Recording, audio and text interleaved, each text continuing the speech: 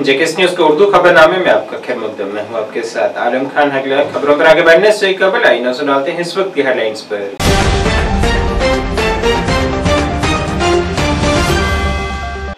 Terror funding मामले में engineer Rashid को मिली 2 अक्टूबर तक अबूरी जमानत।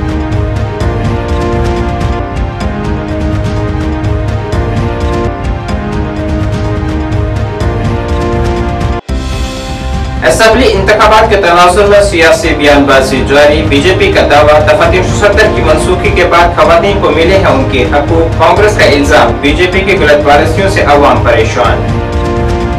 तीसरे और आखिरी मरहले के लिए नामजदगियां दायर करने के अमल में आज भी कई रहनुमाओं ने दायर की अपनी परचेज नामजदगी।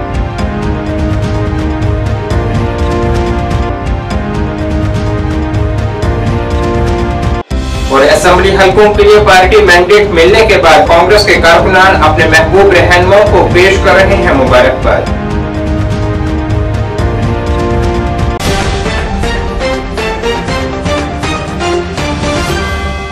अब खबरें तफसील से।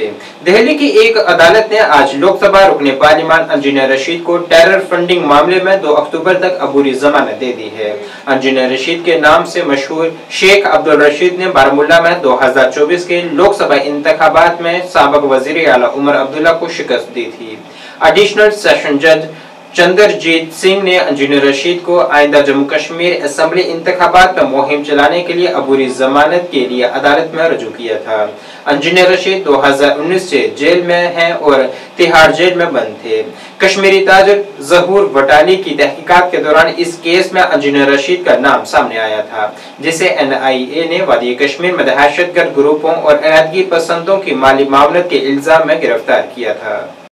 बीजेपी ने आज कहा है कि जम्मू कश्मीर से दफा 370 की मनसूखी से कबल यहाँ खवातीन को अपने हकूक के लिए काफी जद्दोजहद करनी पड़ती थी और अपने स्टेट सब्जेक्ट के लिए दर दर की ठोकरें खानी पड़ती थी। जम्मू में आज एक प्रेस कॉन्फ्रेंस से खिताब करते हुए साबका वजीर प्रिया सेठी ने कहा है कि वजीर आजम नरेंद्र मोदी की जानिब से किए गए तारीखी फैसले से यहाँ की खवातीन को उनके बच्चों को भी तमाम तरह हकूक मिले हैं। उन्होंने कहा है कि यहाँ साबका हुकूमतों ने यहाँ की खवातीन को उनके हकूक से महरूम रखा है।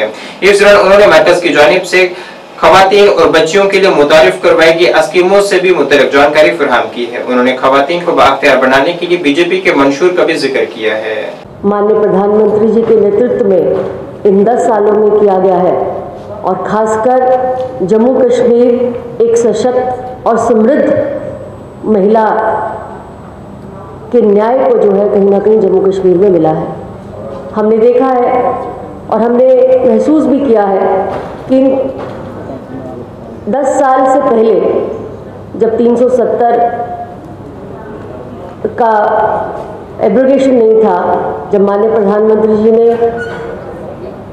2019 अगस्त 5 को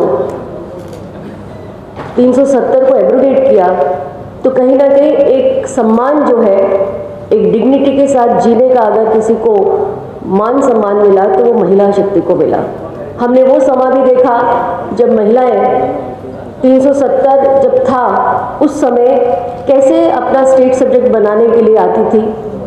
और एक सुशीला साहनी का एक केस मैं आपको बताना चाहूँगी इसके अंदर कि किस तरह से जब उसको नौकरी का आवेदन मिला और नौकरी ज्वाइन करने की बात कही गई तो उसको ये कहा गया कि नहीं, तुम यहाँ पर नहीं रहती, तुम बाहर रहती हो, इसीलिए तुम्हें हक नहीं है यहाँ पे नौकरी लेने का।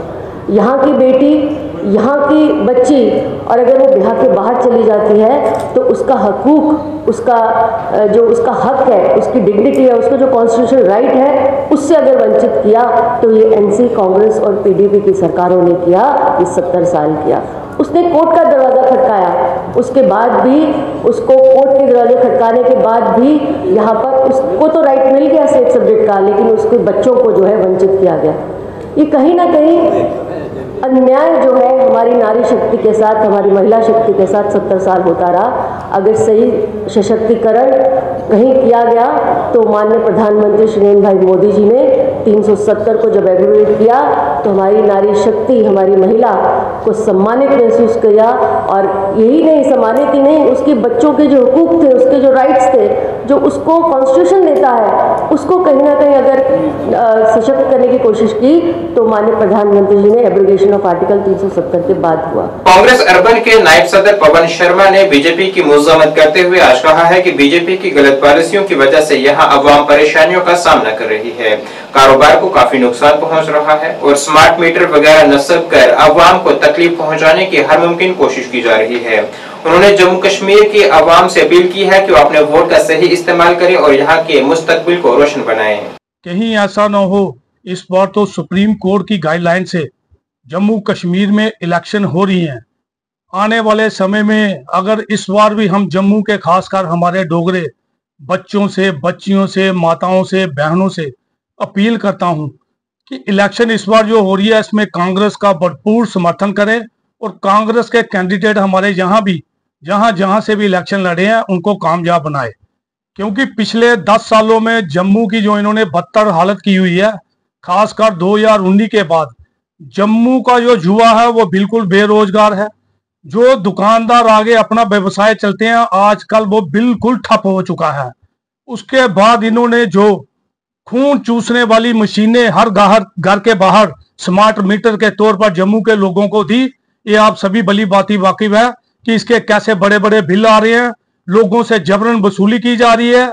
हमारे गरीब भाई बहन उनकी बिजलियां इन्होंने 3-3, 4-4, 6-6 महीने हो गए काटे हुए।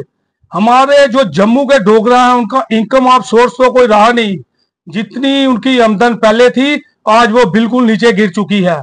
और कर वसूली का जो जबरन कर वसूल जो भाजपा के लोग जम्मू से कर रही है, इसलिए मैं जम्मू के अपने युवाओं से अपील करता हूं कि जम्मू की बद से बदतर हालत ना हो।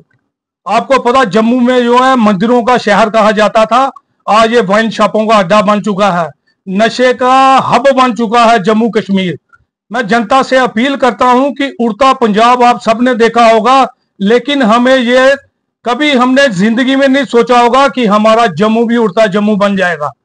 इन सभी चीजों से निजात पाने के लिए भ्रष्टाचार मुक्त जम्मू को फिर से अपने जम्मू शहर को बहाल करने के लिए कांग्रेस पार्टी का समर्थन करें, कांग्रेस के कैंडिडेटों को जिताएं ताकि हमारी असेंबली में अपनी सरकार हो।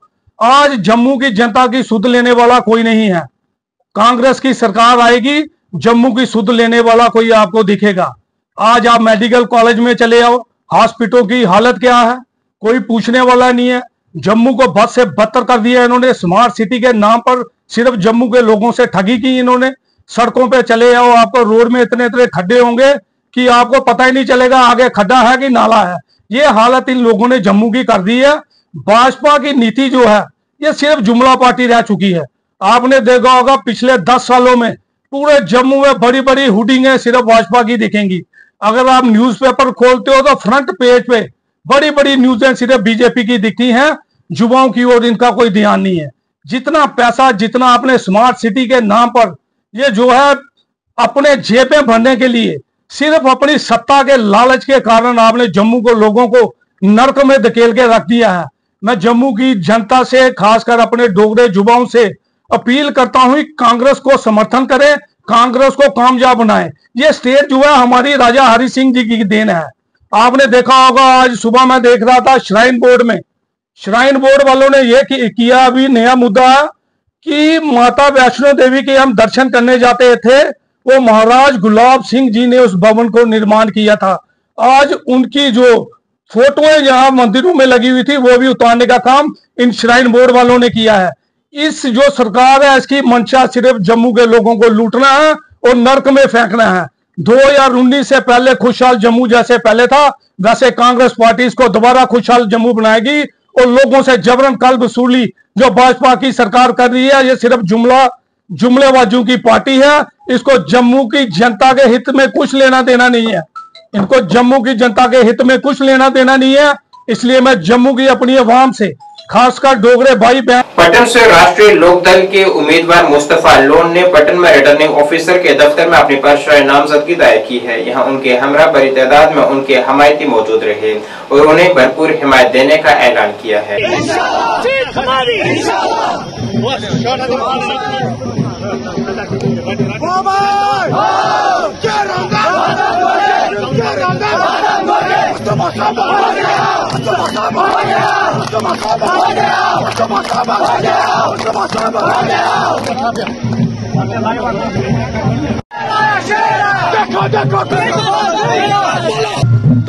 अब मेरा यही एक तो सवाल कहते हैं, सवाल ही है और जवाब भी खुद ही है।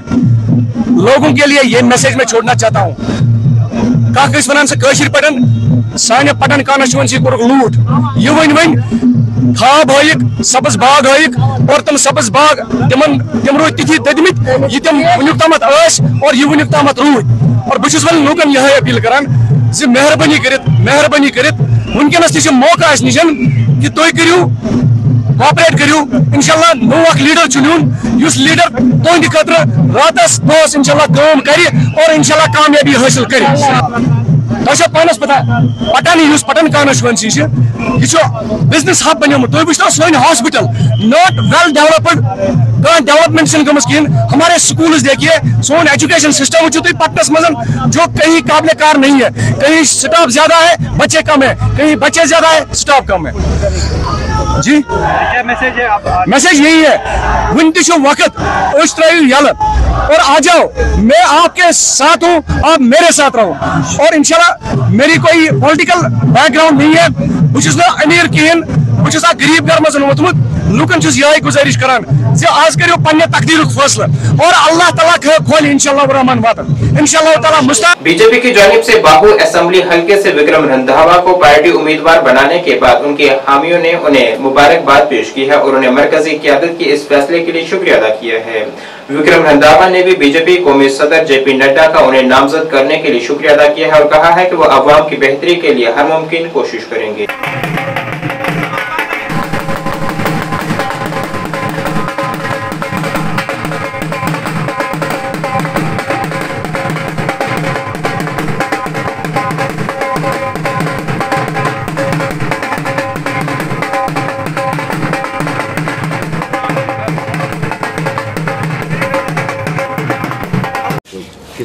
देखिए, मेरा प्रदेश का नेतृत्व, केंद्रीय नेतृत्व, जिनके लिए मैं आभारी हूं कि कार्यकर्ताओं में से किसी कार्यकर्ताओं को चुनाव लड़वाना, वो भी विधानसभा का, ये केवल मात्र पद्धति भारतीय जनता पार्टी में ही है। बाकी पार्टियों में तो कैसे हाईजैक होकर लोग कहां से आते हैं और रातों रात मैंडेट लेके चले जाते हैं, लेकिन भारतीय जनता पार्टी ने कार्यकर्ताओं को हमेशा तरजीह दी है और उसका एक उदाहरण हूँ मैं पिछले 30 वर्षों से पार्टी का लगातार काम कर रहा हूँ और स्वर्गीय वैद्य विष्णुदत्त जी से लेकर कविंदर गुप्ता जी तक सबको हमने चुनाव लड़वाए हैं और एक अच्छा हमारे पास तजुर्बा भी है संगठन की गतिविधियों में काम करने का। और मुझे लगता है कि बाहू विधानसभा क्षेत्र के कार्यकर्ताओं की एक चॉइस भी थी, एक उनकी इच्छा भी थी कि हमारे बीच में से हमारा ही कोई कार्यकर्ता चुनाव लड़े। मैं आदरणीय जगत नड्डा जी का, हमारे प्रदेश नेतृत्व का और आदरणीय प्रधानमंत्री जी और गृह मंत्री जी का आभार व्यक्त करूँगा, जिन्होंने कार्यकर्ताओं की सोच को मद्देनजर रखते हुए हम जैसे कार्यकर्ताओं को आगे आने का मौका दिया है। मैं उनको यकीन दिला देना चाहता हूं कि कार्यकर्ताओं की मेहनत के बलबूते पे पूरी विधानसभा क्षेत्र के अंदर हर पोलिंग बूथ पे कमल खिलेगा और ये सीट हम भारी मतों से जीत के आदरणीय प्रधानमंत्री जी की झोली में डालेंगे। कांग्रेस की मरकजी इंतखाबी कमेटी ने जम्मू कश्मीर में तीसरे मरहले के लिए 19 उम्मीदवारों पर मुश्तमिल एक मजीद फहरिस्त जारी की है, जिसमें योगेश सहानी को जम्मू मशरकी असेंबली हलके से उम्मीदवार मुंतखब किया गया है। इस हवाले से आज जम्मू के सिटी पैलेस में एक तकरीब मुनक्किद हुई है। यहाँ योगेश सहानी को ये जिम्मेदारी मिलने पर मुबारकबाद पेश की गई है और इसके लिए मरकजी क़यादत का शुक्रिया भी अदा किया गया। मैं सबसे पहले तो अपनी पार्टी हाई कमांड का और जम्मू कश्मीर की लीडरशिप का शुक्रिया अदा करना चाहता हूं और जो उन्होंने मुझ पर विश्वास रखा और मुझे मौका दिया कांग्रेस पार्टी को रिप्रेजेंट करने के लिए जम्मू ईस्ट से, इनके लिए उनका सबसे पहले धन्यवाद। बीजेपी मंडल प्रधान बदरवार ठाकुर युद्धवीर सिंह ने गांव दहारा में एक जलसा आम का एहतमाम किया है। इस मौके पर हिमाचल प्रदेश से एमएलए अरुण मेहरा मेहमान खसूसी थे, जबकि संजय सराफ बीजेपी जिला जनरल सेक्रेटरी और कई दीगर कारकुनान भी मौजूद थे। इस इजलास की वसादत से तमाम लोगों को अपील की गई कि वो 18 सितंबर को लाजमी तौर पर वोट का इस्तेमाल करें और सही वोट का इस्तेमाल करते हुए सही नुमाइंदा मुंतखब करें। अभी इन्होंने ज्वाइन करना है, हाँ तो फिर डालेंगे। आपको बहुत बहुत बधाई।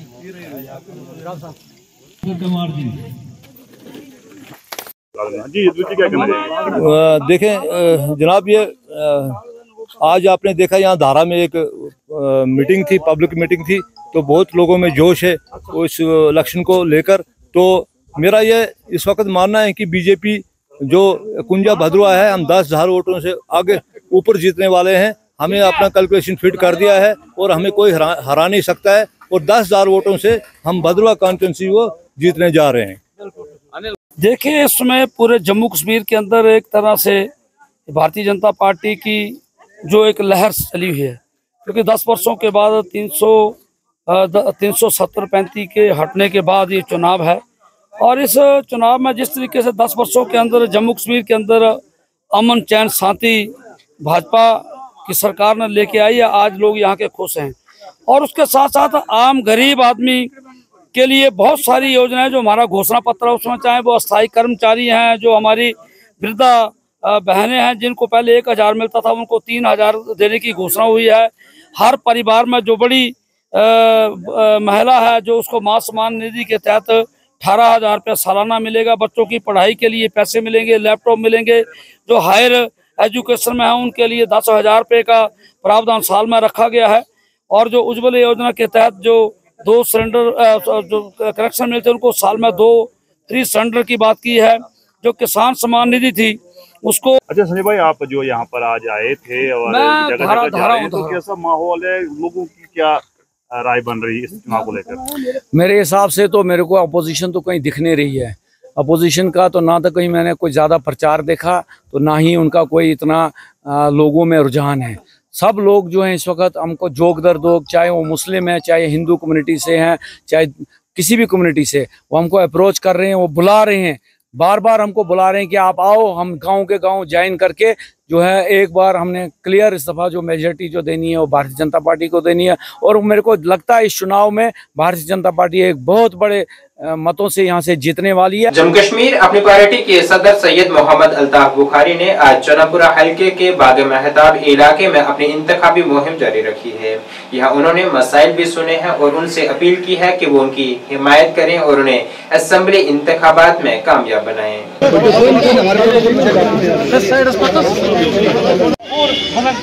हमने सुना है कि आप इस पे रखा है, जल्द से जल्द आप इसके ऊपर अगर इस वक्त कम से कम हो जाए तो वो इन लोगों के लिए बहुत बड़ी बात होगी कि हाँ किसी बहुत बुरी हालत है। मैंने आपके सामने पहले भी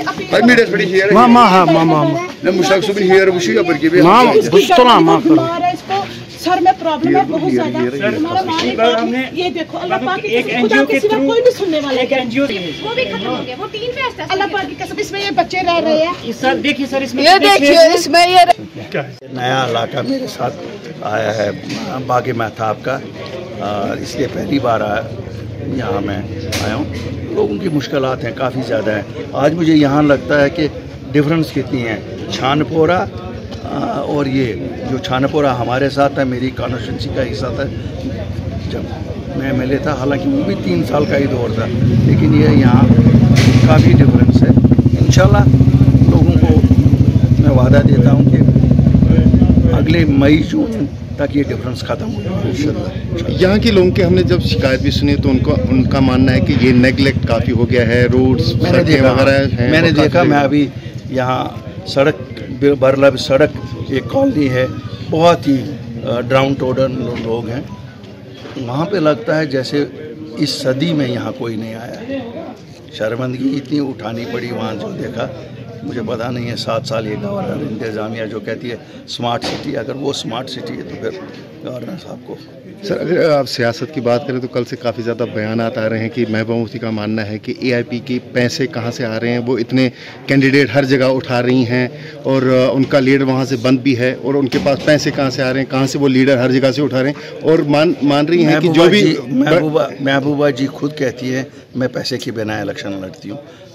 अगर उनको कहाँ से आ रहे हैं, अगर उनको पता है कि उनके पैसे कहाँ से आ रहे हैं, हो सकता है AIP के भी वहीं से आ रहे हों जहाँ से महबूबा जी के आ रहे हों। क्यों हमने तो आज तक महबूबा जी का यही सुना है कि मेरे पास पैसा कोई नहीं है, मेरे पास। तो इसी तरह अगर वो पैसे के बिना लड़ सकती हैं और फिर हुकूमत भी बनाती हैं पैसे के बिना, तो फिर AIP वाले भी बना सकते हैं, नंबर 1। नंबर 2, इल्ज़ाम तराशी करना बहुत आसान है। सवाल करें AIP ने वो बिजबिहाड़ा में कैंडिडेट क्यों नहीं उठाया। अगर सवाल करें महबूबा जी इसका जवाब दें कि अगर सबके खिलाफ AIP के कैंडिडेट है, उनके खिलाफ वहाँ बिजबिहाड़ा में क्यों नहीं है। नंबर 3, महबूबा जी ये बताएं राम माधव को क्यों आना पड़ा खुद यहाँ। राम माधव जी तो इंचार्ज नहीं थे यहाँ, राम माधव जी को क्यों आना पड़ा यहाँ। PDP सरबराह महबूबा मुफ्ती ने कहा है कि ये PDP का रिकॉर्ड रहा है कि वो जम्मू कश्मीर की तरक्की के लिए रास्ते हमवार करने, यूनिवर्सिटियों और कॉलेजों और एम्स की तामीर के लिए रोजगार पैदा करने के लिए आगे रही है। उन्होंने कहा है कि यही वजह है कि दूसरी पार्टियां घबराई हुई हैं और वो लोगों के पास जा रही हैं और उनके पास अवाम से माफी मांगने के सिवा कोई चारा नहीं है। उन्होंने कहा है कि जब वो हमारे उम्मीदवारों पर हमला करते हैं तो पुलिस इनके खिलाफ कोई कार्रवाई नहीं करती, लेकिन इलेक्शन कमीशन हमारे उम्मीदवारों को नोटिस भेजता है। उन्होंने मजीद कहा है कि जमात इस्लामी के असल रहनुमा जेल में हैं और जो इंतखाबात में शरीक हैं वो बीजेपी की पुश्त पनाही हैं। हो रहा है उसके हवाले से बात करती है और इसके अलावा जो PDP का रिकॉर्ड रहा है जम्मू कश्मीर में तरक्की के हवाले से, रास्ते खोलने के हवाले से, यूनिवर्सिटीज और कॉलेजेस बनाने के हवाले से, एम्स बनाने के हवाले से, रोजगार देने के हवाले से, रहबर तालीम में लाखों लोगों को रोजगार दिया। उसकी वजह से जो बाकी जमातें हैं वो घबरा रही है, उनके पास लोगों के पास माफी मांग के लिए इस बात और कोई चारा नहीं। मैं जी जिस तरह से लगातार जो AIP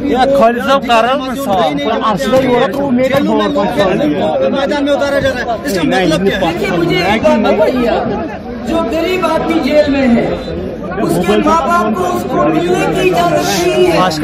एक तरफ से वो मामला है जो हमारे जेलों में नौजवान है वो सालों से जेलों में और उनको उनके माँ बाप को उनसे मिलने नहीं दिया जाता है। दूसरी तरफ से जेलों से लोग इलेक्शन लड़ते हैं, उनकी पार्टियां बनती हैं, उनकी गाड़ियां चलती है, उनको सिक्योरिटी दी जाती है। यहाँ तक कि जब वो हमारे कैंडिडेट पे हमला करते हैं यावत वांडे पे तो पुलिस उनके खिलाफ एक्शन लेने के बजाय हमारे जो वहाँ के कैंडिडेट है इलेक्शन कमीशन उसको नोटिस भेजता है।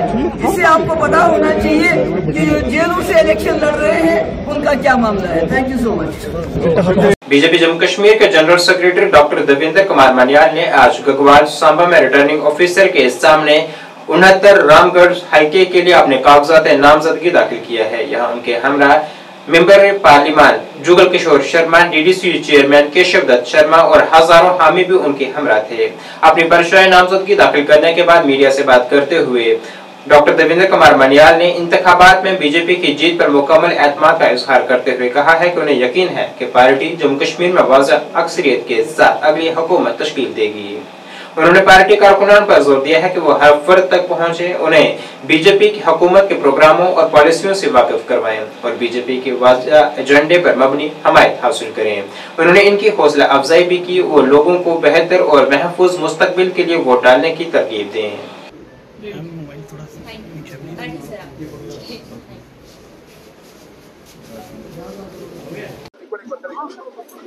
जम्मू कश्मीर विधानसभा चुनाव 2024 के चलते आज यहाँ पर हमारा रामगढ़ विधानसभा नंबर 69 SC रिजर्व, जहाँ पर हमारा SDM ऑफिस गगवाल जो कि हमारे विधानसभा के RO हैं, ऑफिस में आज नामांकन पत्र के लिए भारतीय जनता पार्टी की तरफ से मैं डॉक्टर देवेंद्र कुमार मनियाल अपना नामांकन पत्र यहाँ दाखिल करने आया हूँ। मेरे साथ भारतीय जनता पार्टी के हमारे सभी सीनियर कार्यकर्ता रशमा वर्मा जी, हमारे DDC सर्वजीत सिंह जी, हमारे DDC सुरेश वल्ली जी, मैडम आशा जी, हमारे BDC दर्शन जी, हमारे BDC राधा श्याम जी, हमारे स्वाई भगत जी और हमारे यहाँ मंडलों के अध्यक्ष हमारे कुलभूषण जी, शिव कुमार जी, हमारे शमशेर सिंह जी और सभी भारतीय जनता पार्टी के कर्मठ कार्यकर्ता आज एक बहुत बड़ी रैली के शक्ल में आपने देखा होगा, लगभग हजारों की संख्या में यह कार्यकर्ता हमारे साथ यहाँ आए हैं। आज सुबह रामगढ़ के कार्यालय से, जो विधानसभा कार्यालय है हमारा वहाँ से रैली शुरू की और मेरे बुजुर्ग, मेरी मातृशक्ति और मेरे सभी युवा साथियों ने एक लंबी एक रैली की शक्ल में यहाँ आज SDM के कार्यालय में हम लोग आए हैं और नामांकन पत्र दाखिल किया है। आज आप सबके माध्यम से मैं बताना चाहूँगा कि भारतीय जनता पार्टी और नरेंद्र मोदी जी ने पिछले 10 साल में जो काम किए हैं, सरकार ने जो काम किए हैं, जो डेवलपमेंट की है, कहीं ना कहीं वो बोल रही है और लोग उस जोश में आके आज भारतीय जनता पार्टी के साथ हैं। आपके माध्यम से मैं सभी जनता को बताना चाहूँगा कि भारतीय जनता पार्टी की सरकार केंद्र में है। उसी तरह अभी आने वाले समय में जब 8 अक्टूबर को जहाँ रिजल्ट आएगा, भारतीय जनता पार्टी की सरकार जम्मू कश्मीर में बनेगी, भारतीय जनता पार्टी का CM भी यहाँ बनेगा और जो डेवलपमेंट की एक विकास की जो गंगा पिछले 10 साल से बह रही है उसमें और बढ़ोतरी होगी। कुछ यहाँ इशू थे हमारे रामगढ़ कॉन्स्टिट्यूंसी को लेके, हमारे खास करके हमारे POJ के वेस्ट पाकिस्तान रिफ्यूजी हमारे 65-71 के जो लैंड ओनरशिप का हमारा एक बहुत बड़ा इशू था। बीरवा हल्के के आजाद उम्मीदवार मीर फानून ने बीरवा के मुख्तलिफ इलाकों में इंतखाबी मुहिम चलाई है, जिसमें लोगों का खास रुझान देखने में आया। लोगों ने मीर फानून को अपने इलाकों में दरपेश मसाइल और मुश्किलात से आगाह किया है। मीर फानून ने उमर अब्दुल्ला को तनकीद का निशाना बनाते हुए कहा है कि उन्होंने बीरवा से पिछले इलेक्शन जीता था और फिर भी उन्हें नजरअंदाज किया गया, इसलिए अब वो बडगाम से इलेक्शन लड़ रहे हैं। मीर फानून ने बीरवा के लोगों से उन्हें वोट देने की अपील की है। तो आप डोर टू डोर जा रहे हैं, तो कैसा रुझान मिल रहा है लोगों का? जी बहुत अच्छा रुझान मिल रहा है, बहुत पॉजिटिव इम्पैक्ट पड़ा है यहाँ पर लोगों को। हमारे आने से लोग आगे बढ़ रहे हैं, कदम बढ़ा रहे हैं। वो उस तरह नहीं जाना चाहते जो पिछली सियासतदान यहाँ पर रह चुके हैं, उनके पीछे अब कोई जाना नहीं चाहता। फानून साहब उमर अब्दुल्ला पे क्या रिएक्ट करना चाहते हैं, क्योंकि यहाँ से इस बार वो नहीं लड़ रहे हैं, वो बडगाम चले गए? जी ये अपने में ही एक जवाब है, वो बडगाम क्यों चले गए लड़ने के लिए। अगर ऐसे कुछ काम किए होते बीरवा से तो आज उनको बडगाम जाने की ज़रूरत नहीं पड़ती। आज उनको किसी से डरने की ज़रूरत नहीं पड़ती कि बीरवा में कौन आया कौन नहीं आया, उनको उस चीज़ों से फ़र्क नहीं पड़ता। वो बीरवा से लड़ते अगर उन्होंने यहाँ पे कुछ काम किए होते, लोगों की तकलीफ़ें मसाइल हल किए होते। क्या कुछ मैसेज देना चाहते हैं आप इस वक्त बीरवा? मैं इस टाइम बहुत सारे उम्मीदवार मैदान में हैं। मैं इस टाइम बीरवा के यूथ को बोल रहा हूँ, आगे बढ़ो, कदम बढ़ाओ, अपना मुस्तकबिल खुद बनाओ। जमाते इस्लामी की हिमायत याफ्ता आजाद उम्मीदवार डॉक्टर कलीम उल्ला ने आज लंगेट हल्के से आजाद उम्मीदवार के तौर पर रिटर्निंग ऑफिसर लंगेट में कागजात नामजदगी जमा करवाए हैं। मीडिया से बात करते हुए डॉक्टर कलीम उल्ला ने कहा है कि 1987 से लेकर अब तक वो जमाते इस्लामी के 2500 अरकान की हलाकत की वजह से इलेक्शन लड़ने से कासिर हैं। उन्होंने इस बात पर जोर दिया है कि जमाते इस्लामी एक जमहूरी तंजीम है और इसने जिक्र किया कि 2008 में इंतखाबात में हिस्सा लेने के बारे में जमाते इस्लामी के अंदर अंदरूनी बहस हुई थी, लेकिन हुकूमत की तरफ से ऐसा करने के लिए उनसे राब्ता नहीं किया गया। डॉक्टर कलीमुल्ला ने कहा है कि अगर वो मुंतखब हुए तो तालीम, सेहत और रोजगार को तरजीह देंगे। वो नौजवानों के लिए रवायती दूर दराज की मुलाजमतों से हटकर मुलाजमत के नए मौके पैदा करने का इरादा रखते हैं। बहुत ज़्यादा जिसको एक्सप्लॉइट किया गया है और एक नई पॉलिसी जो लाई गई थी नेप, वो भी बिल्कुल उतनी उस लेवल की नहीं है जो स्ट्राइक कर सकते हैं, दुनिया के लोगों को अपील कर सकते हैं।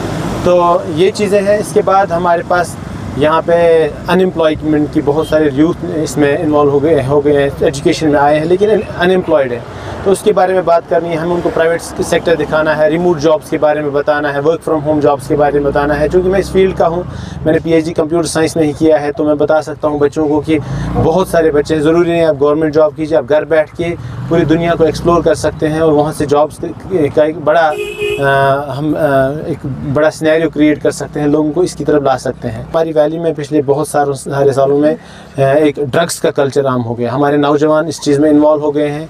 तो ड्रग्स का नेक्स्ट स्टेज होता है कि जब ये मिलना कम हो जाता है तो क्राइम्स बढ़ जाते हैं, तो हमारी बच्चियां बाहर नहीं निकल पाएंगी, बच्चे बाहर नहीं निकल पाएंगे। तो हमें इस चीज़ को चेक करना पड़ेगा। और इसके बाद एक इम्पॉर्टेंट चीज़ है जिसको हम एड्रेस करेंगे कि यहाँ पे एक बैंड ऑर्गेनाइजेशन है जमात इस्लामी, उसके बारे में पिछले 7 साल में किसी ने बात नहीं की है। उनके 450 स्कूल्स हैं, उनके बारे में बात नहीं की है, जहाँ पे 2.5 लाख से ज़्यादा बच्चे पढ़ते हैं। और उसके बाद उनके ऑर्फनेजेस हैं, उनके कुलगाम असेंबली हल्के से PDP उम्मीदवार मोहम्मद अमीन डार ने असेंबली इंतखाबात में अवाम की हिमायत हासिल करने के लिए अपने हल्के में घर घर मुहिम चलाई है और अवाम से मुलाकात की जा रही है और उनसे अपील की जा रही है कि वो इस इंतखाबात में उनकी भरपूर हिमायत करें।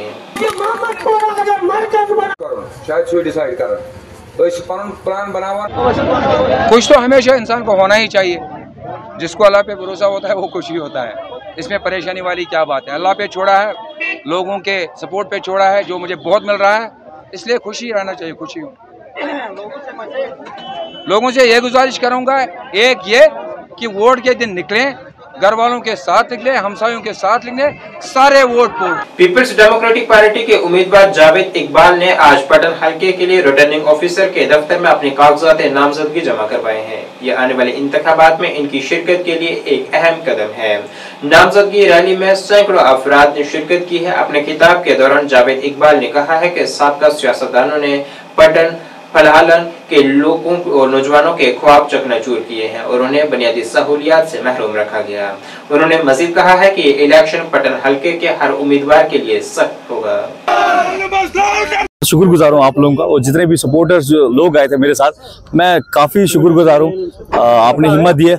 जनाब, आज हमारा फॉर्म का सबमिशन था और हमने सबमिट किया है और एक मैसेज हमने पूरे पटन कॉन्स्टिट्यूंसी को दी है, पलहालन की तरफ से खुसूसन, क्योंकि पलहालन को सारे लोग एक बड़ी एक इच्छा है वहाँ पे लोगों को कि वो लोग निकलें और एक सपोर्ट करें। आज तक जिन लोगों की वजह से हम लोग बहुत मुश्किलातों में थे, पलहालन एक बड़ा विलेज है, वो बाहर निकले। एक पटन कॉन्स्टिट्यूंसी जो अभी तक अजाब में थी उसको वो छोड़ दें। इंशाअल्लाह पटन की आवाम को बिल्कुल ये समझ आ रहा है कि हमें किस साइड जाना है। लोगों को मैं बता रहा हूँ, आप इनके वसाइल अच्छे से यूज कर लीजिए। इन्होंने हमारा हक आज तक। अवामी इत्तेहाद पार्टी के नौजवान चेहरे फिरदौस बाबा ने कुपवाड़ा के तारीखी असेंबली हलके से अपनी पर्चा नामजदगी दाखिल किया है। फिरदौस बाबा के हामियों की बड़ी तादाद ने जोश और उम्मीद से भरे माहौल में कागजात नामजदगी दाखिल करवाए हैं। उन्होंने कहा है कि तब्दीली के अपने एजेंडे में कुपवाड़ा असेंबली हलके की तरक्की और पेशरफ्त मुज़मर है, जिसे तारीखी नजरअंदाज और बेहसी का सामना करना पड़ा है। फिरदौस बाबा ने कहा है कि इंजीनियर रशीद AIP की कुर्बानी और दूरअंदेश क़ियादत में कुपवाड़ा को खुशहाली में तब्दील कर देंगे। उन्होंने वाज़ेह किया है कि AIP सबकी तरक्की में यकीन रखती है और इस बात को यकीनी बनाएगी कि इंसाफ निचली सतह तक पहुँचे। इंक़िलाब आएगा, तुम देख लो, इंक़िलाब आएगा, में तुम देख लो, इंक़िलाब आएगा। बहुत सारा करने के लिए हैं। जो आपकी रिवायती पार्टियां यहाँ पे रही हैं, जो इक़्तिदार की कुर्सियों पे रही है, हमें तो लगता है कि कुपवाड़ा बहुत पीछे है। मैं कैंपेनिंग के दौरान कई इलाकों में गया। बदकिस्मती की बात यह है कि अभी बिजली तक नहीं पहुँची है कुछ गाँवों में, सड़कें नहीं हैं, लोग परेशान हैं। इन लोगों ने लोगों को फॉरग्रांटेड लिया है। तो अवामी इत्तेहाद पार्टी ये लोगों की तहरीक है। आज ही लोगों ने फैसला कर दिया है कि हम इन रवायती जो सियासतदान हैं इनको निकाल के अवामी इत्तेहाद पार्टी को इस बार चांस देंगे। जी, जब आपके पास कुछ नहीं हो पॉलिटिकली हमें काउंटर करने के लिए, जब आप मेरिट्स में फेल हो जाते हों, जब आपके महल गिर जाते हों, जब आपकी ज़मीन खिसक जाती हों पाँव से, तो आपकी ये फ्रस्ट्रेशन तो बनती है। आप ऐसी बातें कह सकते हैं। नाज़रीन, इस वक्त के उर्दू बुलेटिन में बस इतना ही। मुझे मेरी टीम के साथ दीजिए इजाज़त। अल्लाह हाफिज़।